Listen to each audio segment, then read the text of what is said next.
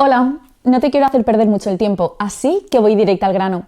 Si quieres escuchar el audiolibro completo, echa un vistazo al enlace en la descripción. Podrás disfrutar de una prueba totalmente gratuita que te dará acceso a un amplio catálogo de audiolibros. Pero espera, que hay más. Por si todavía tienes dudas, a continuación te dejo con un pequeño fragmento del audiolibro. Disfrútalo. Hacía que su voz se perdiera en mitad del campo. Llamaba a Julio, su hijo de 7 años.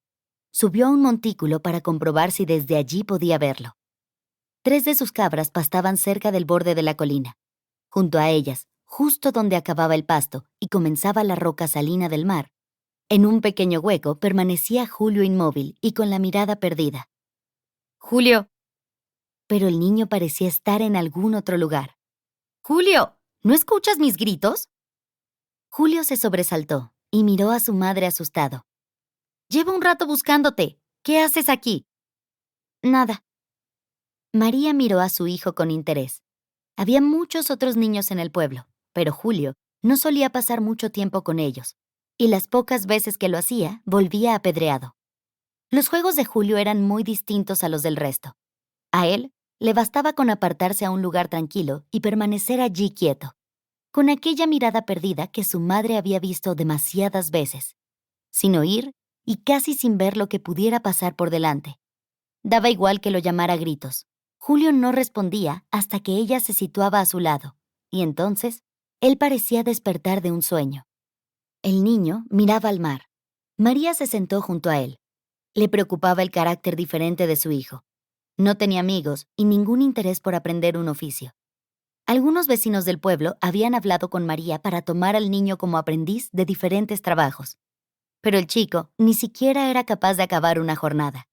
Y a ella solían decirle que su desgracia era doble, viuda y con un único hijo tonto. Pero quien conocía realmente a Julio sabía que no era un muchacho tonto. Era cierto que no tenía la picaresca de la mayoría de los chicos del pueblo. Incluso podía parecer más infantil que otros niños de su edad. Un niño con unos intereses diferentes, con unos sueños que María sabía que no podían cumplirse. A Julio no le interesaban las cabras, las gallinas, la pesca, la madera, ni nada que pudiera ofrecerle nadie de aquel pueblo, salvo los conocimientos de don Diego, el clérigo. Don Diego lo estaba enseñando a leer, y Julio, a su vez, ponía empeño en enseñar a su madre. María accedía a ello, aunque saber leer y escribir no le sirviera de mucho en sus quehaceres diarios. ¿Podemos pasar por casa de don Diego?, preguntó Julio. María lo miró de reojo. Julio tenía la piel oscura, como ella, quemada por el sol y el viento que procedía del mar. Era delgado, aunque fuerte, ya que uno de sus lugares preferidos para perderse del mundo era la parte más alta que pudiera escalar de un árbol. Sus ojos, enormes y oscuros, estaban bordeados por un arco de pestañas largas y pobladas. Tenía la nariz pequeña y los labios gruesos casi siempre agrietados por el viento. Julio era un niño guapo, el más guapo de cuantos hubiera visto. «Hoy no dará tiempo. Tengo que pasar por casa de doña Isabel», respondió, y Julio la miró decepcionado.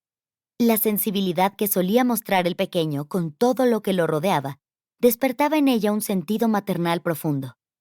Quizás era su culpa. Quizás ella se había volcado por completo en él desde que muriera su marido, envolviéndolo en protección y consentimiento. Quizás esa inmadurez que presentaba el niño, ese carácter inocente, noble y sensible, era por su culpa. Piedra, el perro pastor de María, se colocó entre ellos. Julio lo acariciaba. «Mamá, no quiero seguir en este pueblo.